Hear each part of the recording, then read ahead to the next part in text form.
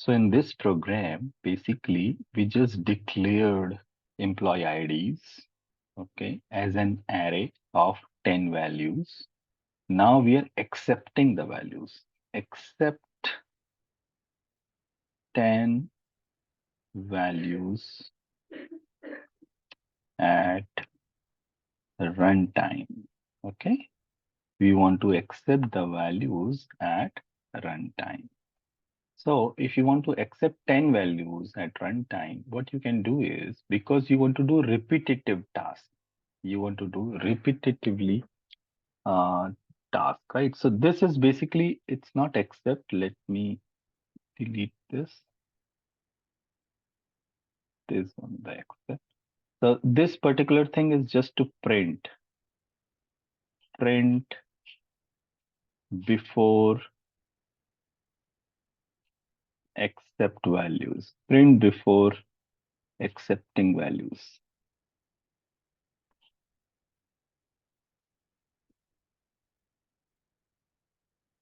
Okay, because it is an empty array, right? Empty means there will be all zeros initially. Till this point, we are just saying that there is size 10 array and just print whatever is there in the array. So it will automatically have, because you're starting from 0 going till the 9, here you will repeat this statement. You're going to repeat this statement 10 times, 0 to 9. So first time it will print employee ID 0 because the Q value is 0, then Q will become 1, then it will print EMP ID is 1. Okay, in that way it will print. So obviously this is going to print me all zeros. Why? Because by default the value will be 0 in all those places. Now what we are doing is we'll accept those 10 values at the runtime. So what you can say to the user, hey, enter employee IDs. This scanner part is to declare one scanner object which will have capabilities to get the value at the runtime using some of the functions, and one of the functions is next int. So when you say next int, it will capture the value which will provide at the runtime as an integer, and it will place it to EMP ID positions. Okay.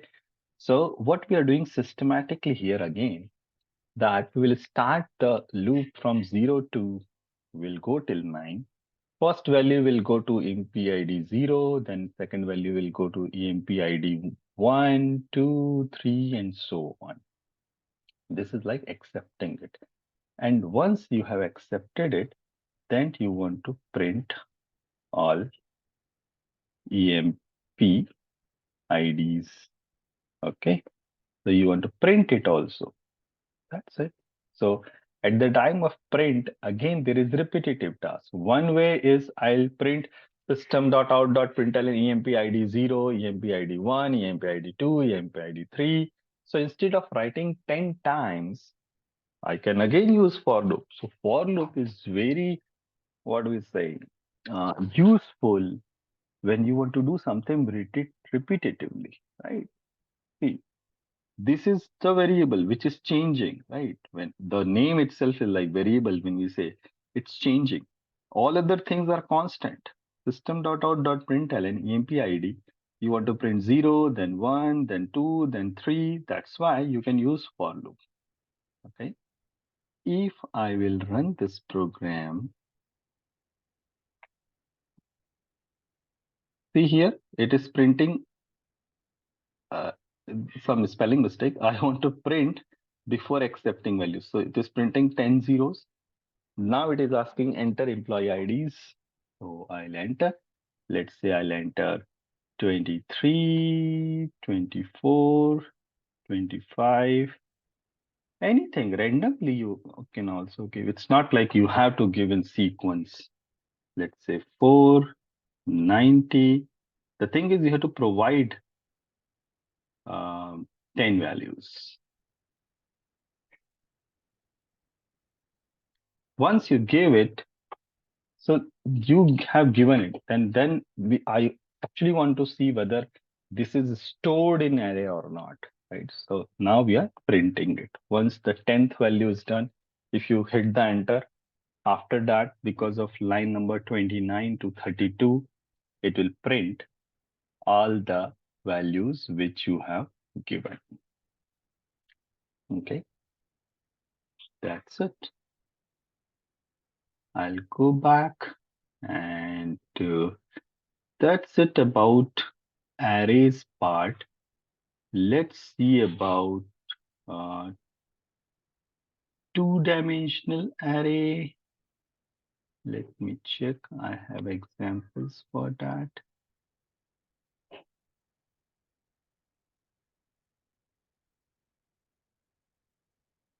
Yes.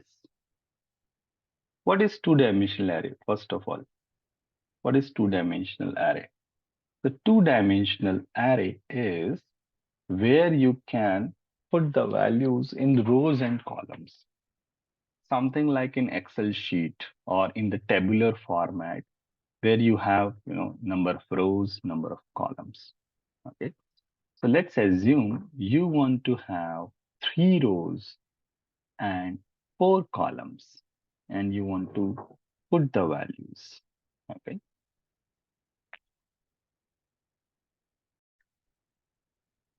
So let's assume that you want to have the values like in 3 rows and 4 columns. So how to do that programmatically? So for example, I want to put, let's say, these values 2369, 2369, and in the next line, if I want to put 51 minus 210, 51 minus 2, and then 10, and in the next row, I want to put 22, 13, 111, 22, 13, 111. In Excel sheet, you do in this way. If you observe here, it's the row number 5, row number 6, row number 7, correct?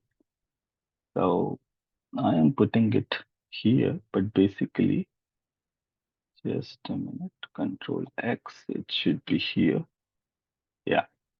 So row 1, row 2, row 3, column A, column B, column C, column D. In Excel sheet, it's like this. But in programming, it's like this is row 0, this is row 1, this is row 2. Let's understand that when you are working with the arrays, index start with 0.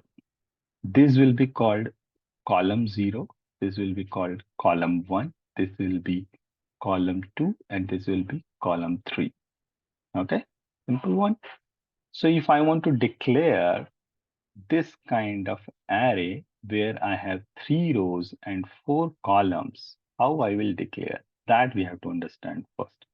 How I can declare the array which has a particular size. So I'll say in teacher, you can give any name. X 2 times bracket is equals to new int. In the bracket, you have to say how many rows. So row wise, I want 3 rows. And how many columns? I want 4 columns. So this will reserve 3 by 4 place. Okay. So it will actually reserve, these many boxes in the background. Okay. 3 by 4 means 12 boxes. So here, when I'm saying I want an array X, which will have 3 rows, 4 columns, so it will basically reserve this much memory. Okay, fine. This is the way to declare it. Another way is, so when you declare it like this, there is no values. You are just declaring it. Okay, you have not initialized the values. But this is another way. If you want to hard code it, you can write it like this. What we are doing here, we are saying that integer u bracket 2 times bracket because you are making two-dimensional array, and then opening curly bracket, closing curly bracket. Again, there will be curly bracket to represent each row. Okay, so this is row 1, this is row 2, and this is row 3. Simple.